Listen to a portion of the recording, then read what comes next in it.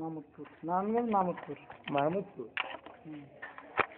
আমরা সবাই ক্যাসেট করতে ক্যামেরা হবে, ভিডিও হইতেছে। তাই এখন এই সারের দ্বারা দশম শ্রেণীতে তোমরা পড়ার জন্য আগ্রহী আছো? জি জি ইনশাআল্লাহ। ইংলিশ, অঙ্ক, সামাজিক সামাজিক, সামাজিক বিজ্ঞান। তারপর শিক্ষকদের মধ্যে আইসা আরো পড়ে বিশেষভাবে এ সাবজেক্ট সেই ভাবে নাকি? জি না বলো এখন আপনাদের অনুষ্ঠান থাকে।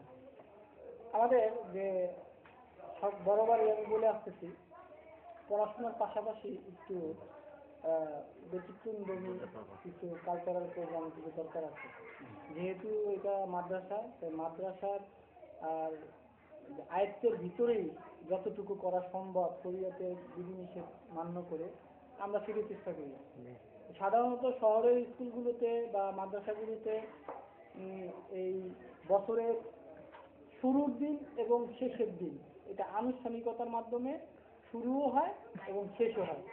দেখা গেছে মাদ্রাসাগুলোতে দোয়া মাহফিলের মাধ্যমে আনুষ্ঠানিকতার মাধ্যমে শুরু করে, বছরের প্রথম ক্লাস শুরু করে, আবার শেষটাও কিন্তু এইভাবেই করে।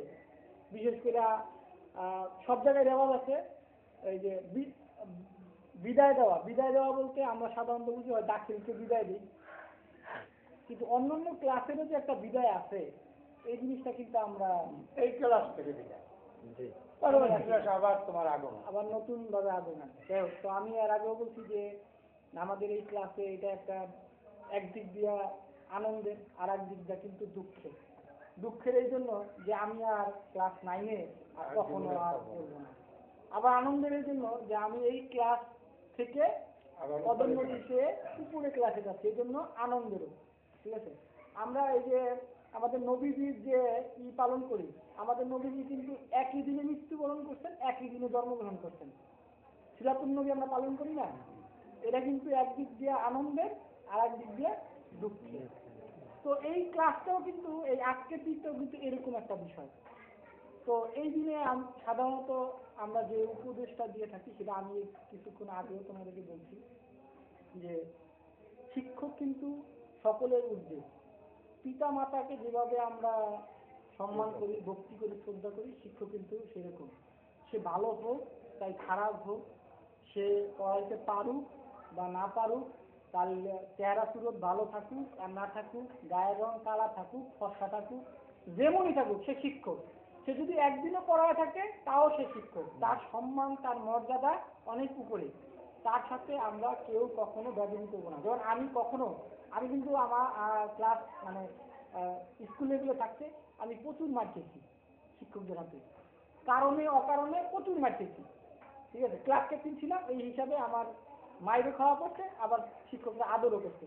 এই জন্য এখনো যদি কোনো শিক্ষকের সাথে আমার দেখা হয়, আমার স্কুল লাইফের যে শিক্ষক, কলেজ লেভেলে কিন্তু এই জিনিসটা হয় না, স্কুল লাইফে। কারণ 10টা বছর আমি এক জায়গায় ছিলাম, একই এনভায়রনমেন্ট, একই পরিবেশের ভিতরে, একই শিক্ষক, একই পরিবেশ, সবকিছু আমার ঘরবাড়ির মতো হয়ে গেছে, একটা পরিবারের মতো হয়ে গেছিল। তোমরা এখানে এরকম আসো, তো এরকম কিন্তু দেখা গেছে ওই সমস্ত শিক্ষকদের দেখলে এখনো কিন্তু আমার লাগে। মাঝখানে আমাদের এক শিক্ষক খুবই অসুস্থ হয়ে গেছিল, আমরা চলে আসার 5-6 বছর পরের ঘটনা। পরে আমরা সবাই মিলে তার জন্য যতটুকু পারছি সহযোগিতা করছি এবং মারা গেছে। পরবর্তীতে তার ওই লিভার না ফুসফুস জন্য নষ্ট হয়ে গেছিল। যাই হোক, আমরা তাকে ইন্ডিয়া পাঠানোর ব্যবস্থা করছিলাম আমাদের দেশের থেকে। আমরা তো এরকম কিন্তু আমরা কিছুটা ঋণ শোধ করতে পারলেও কিন্তু আমরা নিজেদেরকে গৌরব মনে করি, আর অন্যায় বেদবি তো প্রশ্নই আসে না। তা আমি আজকের এই দিনে যেহেতু বিদায়, এই জন্য আমি সবার কাছে রিকোয়েস্ট থাকবে যে আমরা কেউ যেন কখনো, শিক্ষক যেরকমই হোক, কারোর সাথে যেন কোনো বেদবি আমরা না করি। আমার কথা দ্বারা, আচার আচরণ দ্বারা, ব্যবহার দ্বারা। শিক্ষক যেমন সম্মানের পাত্র, সেরকম শিক্ষক কিন্তু এই আধুনিক যুগে যে শিক্ষকের যে সংজ্ঞা দেওয়া হয়, শিক্ষক হচ্ছে একজন ছেলে মেয়ের জন্য পিতামাতার মতো, ভাইয়ের মতো, বন্ধুর মতো, দাদার মতো, নাতির মতো, নানার মতো, মানে যত রকমের উপমা আছে। সে একজন দার্শনিক, সে একজন ফিলোসফার, সে একজন সব উপমায় একজন শিক্ষক। তাহলে সবাইকে আমি যে পাল্লায় দেখি এই সব পাল্লা এক জায়গায় করলে একজন শিক্ষকের ওজন হবে।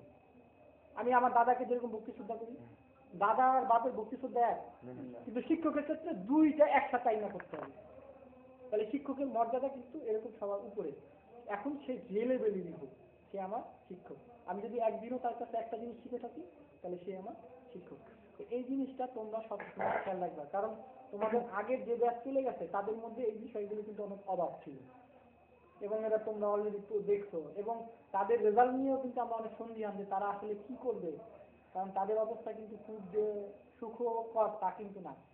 আর আরেকটা কথা আমি সবসময় বলি, নতুন ক্লাসে তোমরা যাবা, নতুন ক্লাস 10-এ উঠবা তোমরা, নতুন ক্লাসে গেলে আমি একটা কথা সবসময় বলি, পড়াশোনা করো আর না করো, রেগুলার যদি কেউ ক্লাস করে সে পরীক্ষায় পাস করবে, এইটা আমার গ্যারান্টি। আর একজন ভালো ছাত্র সে রেগুলার আসে না, ওই ছাত্রের যে নিয়ম ছাত্র সে যে রেগুলার করে আসে, প্রত্যেক দিনে পড়াটা সে জানতে পারে, মনে না চাইলেও তার পড়ার মধ্যে সে থাকবে, একটা পরিবেশের মধ্যে থাকবে, অন্যদিকে তার মন যাবে না, সেহেতু সে পরীক্ষা পাস করবে, সে পড়ুক আর না পড়ুক বাড়িতে রেগুলার। যেন আমি কিন্তু এরকম ছাত্র, আমি রেগুলার ক্লাস করতাম, বাড়িতে খুব বেশি পড়াশোনা করতাম না, আমি তো মাশাআল্লাহ আসছি এই পর্যন্ত, আল্লাহ নিয়ে আসি। এটা আমি মানে কথাটা যে বলছি নিজের থেকে দেখে তারপরে কথাটা বলছি, এমন যে না এরকম হয় না, পাস করে না, এরকম না। পাস যে করে তার প্রমাণ কিন্তু তোমাদের চোখের সামনে আমি। রেগুলার যে ক্লাস, এই জন্য আমি বারে বারে বলি, খারাপ ভালো বলতে কোনো ছাত্র নাই, সবাই একই মানের ছাত্র। কেউ তার মেধাকে খাটায়, কেউ খাটায় না, কেউ প্রয়োগ করে, কেউ করে না। এই জন্য বলতেছি সবাই রেগুলার। প্রাইভেট পড়তে হবে, প্রাইভেট পড়তে পয়সা লাগে, প্রাইভেট পড়তে হবে বা আলাদাভাবে অন্য কারো কাছে, এরকম কোনো বাধ্যবাধকতা নাই। তুমি রেগুলার স্কুলে আসো বা প্রতিষ্ঠানে আসো, মাদ্রাসায় আসো, তুমি ভালো রেজাল্ট করবা, এটা গ্যারান্টি আছে, এবং পাস করে যাবা, কোনো টেনশন থাকবে না। তো বেশি কথা বলা আসলে আজকের দিনে ঠিকও না। তো আজকে এই মুহূর্তটাকে স্মরণীয় করে রাখার জন্য আমার পক্ষ থেকে ছাত্রদের জন্য কিছু গিফট আছে একটা।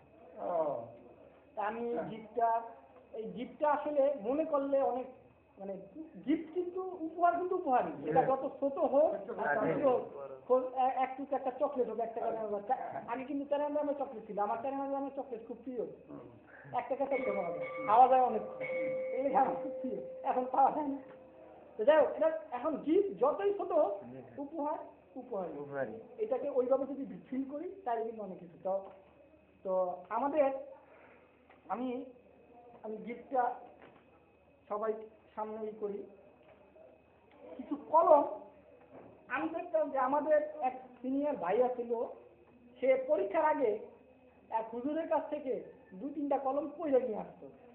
কেন পয়সা নিয়ে আসতো? ওই কলম হুজুরে পয়সা দিলে হ্যাঁ লেখা নাকি পরীক্ষা খুব ভালো হইতো, খুব তারা স্পিড হইতো, হাতে ভালোই আসতো। বাস্তবে দেখা গেছে ওই ছেলে 2 নম্বরে, এবং প্রতিবারই সে ফার্স্ট হইতো। এখন বর্তমানে সে একটা কলেজে প্রভাষক। তো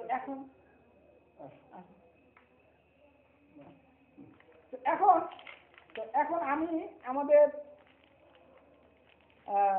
প্রিন্সিপাল হুজুরে অনুরোধ করব, এটা যদি উনি ওইরকম কোনো কেরামতি থাকে ওইটা দেওয়ার জন্য।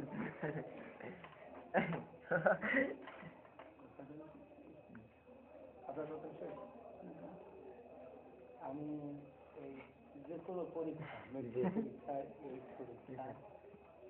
বা ফাইভ পরীক্ষা বা আইএ পরীক্ষা বা বিএ পরীক্ষা, যত পরীক্ষা যত মাহাতিল নেই এই কলম চালা। এখন সবচেয়ে একটা জিনিস মনে রাখলাম, ভক্তিতে মুক্তি।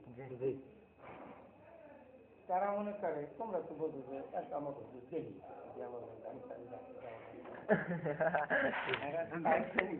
আমরা কথা বোঝে না, আমরা বলছি কি আমরা বোঝে